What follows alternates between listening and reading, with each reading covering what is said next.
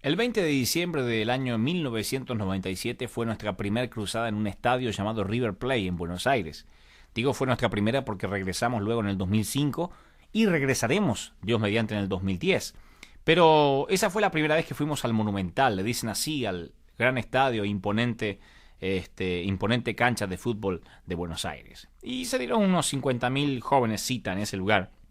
Y yo me acuerdo lo que prediqué esa noche, pero lo que más recuerdo es una anécdota que utilicé. La recuerdo cada vez que veo el video, porque yo recordé un viejo dibujo animado de mi infancia y lo comparé con lo que a veces nos sucede en la vida espiritual.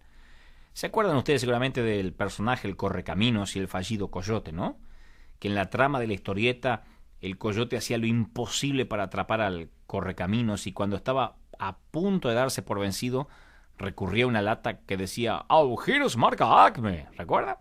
Esa es la que, aunque Acme siempre le vendía bombas que le explotaban a destiempo, maquinarias que nunca funcionaban, lo que más me fascinaba era cuando compraba los agujeros marca Acme, porque era una suerte de agujero que sacaba de una lata y entonces él colocaba esos hoyos instantáneos en la carretera para que el correcamino cayera en la trampa. Bueno, lo que ocurría luego es sabido, ¿no? El correcaminos pasaba como si nada y cuando el coyote iba a corroborar qué había pasado, él sí se caía en el hoyo. Lo cierto es que a veces creemos que el diablo opera más o menos igual, ¿no? Que tienes agujeros marca Acme. Entonces que uno cae en un agujero de vez en cuando. Y utilizamos la frase, ¿sabía que el hermano fulano cayó en pecado? ¿Cómo que cayó? Sí, estaba distraído y cayó. Como si fuera un agujero marca Acme, como que cayó. Y nadie cae en pecado. O sea, si cayó, sería arbitrario. Uno iría por la vida en santidad y de repente hay un hoyo, no lo vio y nos caemos. Eso es un tropezón. Pero el pecado nunca es una caída. Aunque uno habla de la caída, nunca es tal. Uno entra en pecado, no cae en pecado. Uno prueba el pecado, no se tropieza con un pecado. O sea, cuando nos enteramos que un ministro abandona a su mujer, abandona a sus hijos, abandona su matrimonio, su ministerio, por 15 minutos de pasión en un hotel con una mujer más joven, no es que eso ocurrió luego de un domingo donde tropezó con un hoyo. No, él amó el pecado, lo estimuló, accedió a la tentación, acarició un mal pensamiento, se puso de acuerdo con la muchacha, empezó a engañar a la mujer, empezó a estar distante, dejó de orar, se enfrió y en cuestión de días, en una cuenta regresiva o en meses a veces, termina entrando en el pecado. Digo esto porque antes de un gran derrumbe siempre se previenen las grietas de un edificio, nunca es un derrumbe absoluto. Cuando nos enteramos de que un pastor, de que un ministro confiesa un pecado público, no fue ayer, no fue que pobrecito cayó, tropezó, entramos en el pecado. ¿Cuesta horrores no pecar? Claro que cuesta horrores. Yo siempre digo, hay que estar firmes, hay que resistir.